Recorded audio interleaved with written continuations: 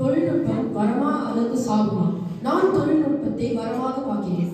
ஏனால் தொழில்நுட்பம் மனிதருக்குள் தொடர்பை அதிகரித்தது. இப்போது நாம் சீக்கிரமாக மக்களை அழைக்கலாம். ஒரு கெடுதல் எதுனால் நாம் அந்த தொழில்நுட்பத்தை கிட்டக்க அடிமையாகும். நாங்கள் ஒரு ஆன்லைன் முறையை பெறும்போது என்ற ஒரு கெமிக்கல் நம்மளோட மூளையை சுருக்கும்.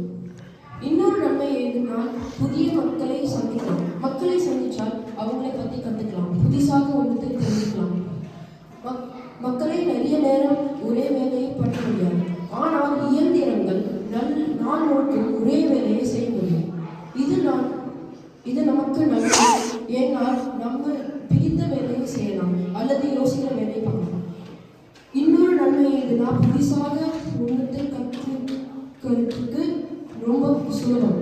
இப்போது ஏதாவது கேள்வி இருந்தால் ஆன்லைன் தேடலாம், நிறைய கற்றுக்கலாம்.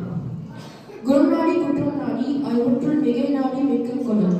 இந்த திருக்குறள் குணத்தை நல்லது அல்லது கெட்டது என்று தீர்மானிக்கும் போது அதோட நன்மைகளும் தீமைகளும் ஒப்புக்கொள்ளணும்.